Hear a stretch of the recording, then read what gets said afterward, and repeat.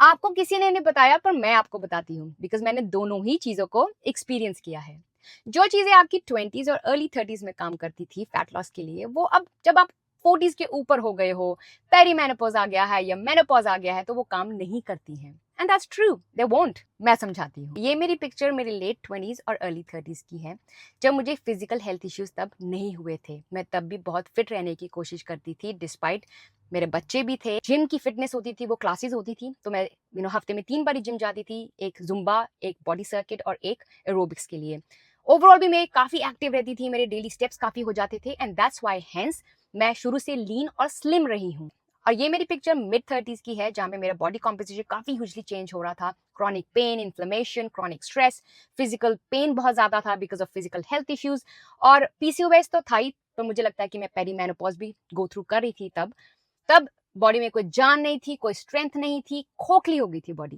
पर अब सबका एक ही क्वेश्चन है कि रजनी, तुमने ये बॉडी कैसे अचीव की, and that too in my 40s। तो आंसर इसका सिंपल है कि जब you are over 40s, everything becomes intentional. आपका खाना पीना, सोना, आपकी एक्सरसाइज और आपका न्यूट्रिशन और स्ट्रेंथ ट्रेनिंग जो है वो आपकी टॉप ऑफ द लिस्ट में है। पर कार्डियो भी जरूरी है। पर यहाँ पे इस वीडियो में मैं स्ट्रेंथ ट्रेनिंग की स्पेसिफिकली बात करने आई हूँ, because I have been watching a lot of videos जहाँ पे 20 मिनट्स वर्कआउट, 30 मिनट्स वर्कआउट, जो they can definitely work, if you are in your 20s, early 30s, even mid 30s.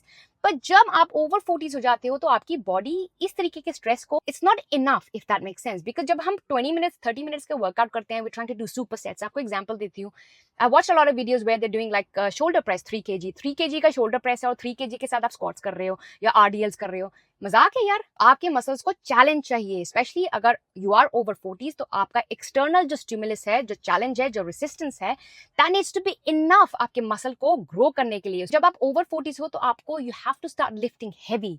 और इसका मतलब ये नहीं है कि आप अपने पीआरस लगा रहे हो, 100 kg का डेड लिफ्ट, 100 kg का hip thrust. No, you need to start lifting that is enough challenging for your muscles. उसके बाद फिर आप प्रोग्रेसिव ओवरलोड करो। Maybe you start with 6 to 8 reps, उसके बाद 2 हफ्ते बाद 8 to 10 करो, फिर 10 to 12 करो, फिर 12 to 14 भी कर सकते हो। बिकॉज हाइपरट्रॉफी के लिए अप्रिशिएबल मसल को अगर बिल्ड करना है, जो आपके रेप्स हैं वो कंट्रोल्ड है, उसका टाइम अंडर टेंशन क्या है, उसमें मसल माइंड कनेक्शन कितना बिल्ड हो रहा है, और फोम नहीं ब्रेक होना चाहिए ये सारी चीजों में। So it's all about quality over quantity. आपको अपनी ट्रेनिंग में आपको स्ट्रक्चर देना पड़ेगा। You need structure around everything, your food, your training, your life. क्योंकि जो आपका नर्वस सिस्टम है वो रेगुलेशन मांगता है मोर देन एनीथिंग।